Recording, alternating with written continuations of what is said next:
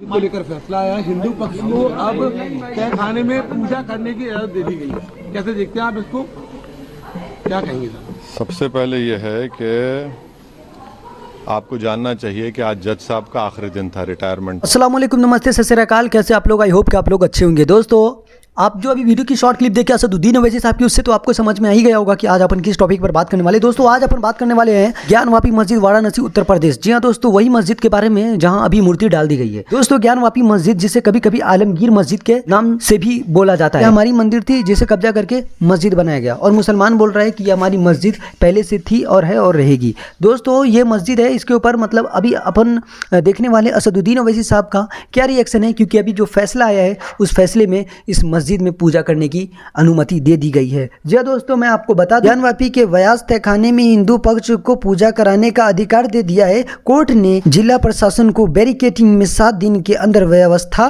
कराने का आदेश दिया है। यह तहखाने मस्जिद के नीचे है। अब यहाँ नियमित पूजा अर्चना होगी। जी हाँ दोस्तों, आप बिल्कुल सही सुन रहे हैं। तो दोस्तों, आज की जो खबर है बस यही है, और अपन अभी असदुद्दीन ओवैसी साहब को देखने वाले हैं वो क्या बोलते हैं। जो अभी आदेश आया है उसके ऊपर असदुद्दीन ओवैसी साहब क्या बोलना चाहते हैं। तो चलिए वीडियो में बने रहिए। अगर आप ऐसा ही खबर देखना चाहते हैं तो चैनल को सब्सक्राइब कीजिएगा, वीडियो को लाइक कीजिएगा। फिर मिलते हैं नेक्स्ट खबर में, जब तक के लिए खुदा हाफिज।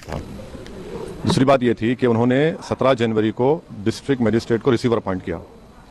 तीसरी बात यह है कि आज उन्होंने जो फैसला लिया है वो तो पूरे केस को डिसाइड कर दिया उन्होंने। अरे आपने एक तो कितने 93 के बाद से अब तक खुद कह रहे हैं कि वहां पर कुछ नहीं हो रहा था। अब मस्जिद के तहखाने को आप दे रहे हैं तो फिर आपने तो पूरा केस डिसाइड कर दिया। भाई कितने साल हो गए? 93 से आप 30 साल हो गए। हाँ, उसमें मूर्तियां कहाँ हैं, कैसे मालूम उनको? तो ये प्लेसेस ऑफ वर्शिप एक्ट का वायलेशन है। भाई 30 साल के बाद आप ये काम की इजाजत दे रहे हैं, तो उनका तो एक काम था कि आप उनको 30 दिन का टाइम देते अपील के लिए। आप कहते हैं कि 7 दिन में पूरा निकाल दो, ग्रिल्स निकाल दो और आप इजाजत दे दिए। तो ये सरासर गलत फैसला है।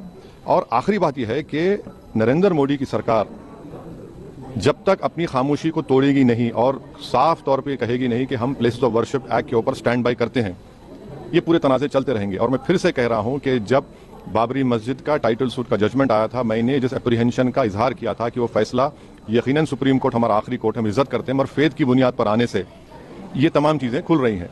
और उस सुप्रीम कोर्ट के फैसले में प्लेसेस ऑफ वर्शिप एक्ट को बेसिक स्ट्रक्चर का हिस्सा करार दिया गया था। तो फिर ये लोअर कोर्ट सुन क्यों नहीं रहे हैं और केंद्र सरकार क्यों नहीं बोल रही है? अब देखना यह है कि अब इंतजामिया कमेटी शायद इलाहाबाद हाईकोर्ट में अब इस जजमेंट गलत फैसले का अपील करेगी।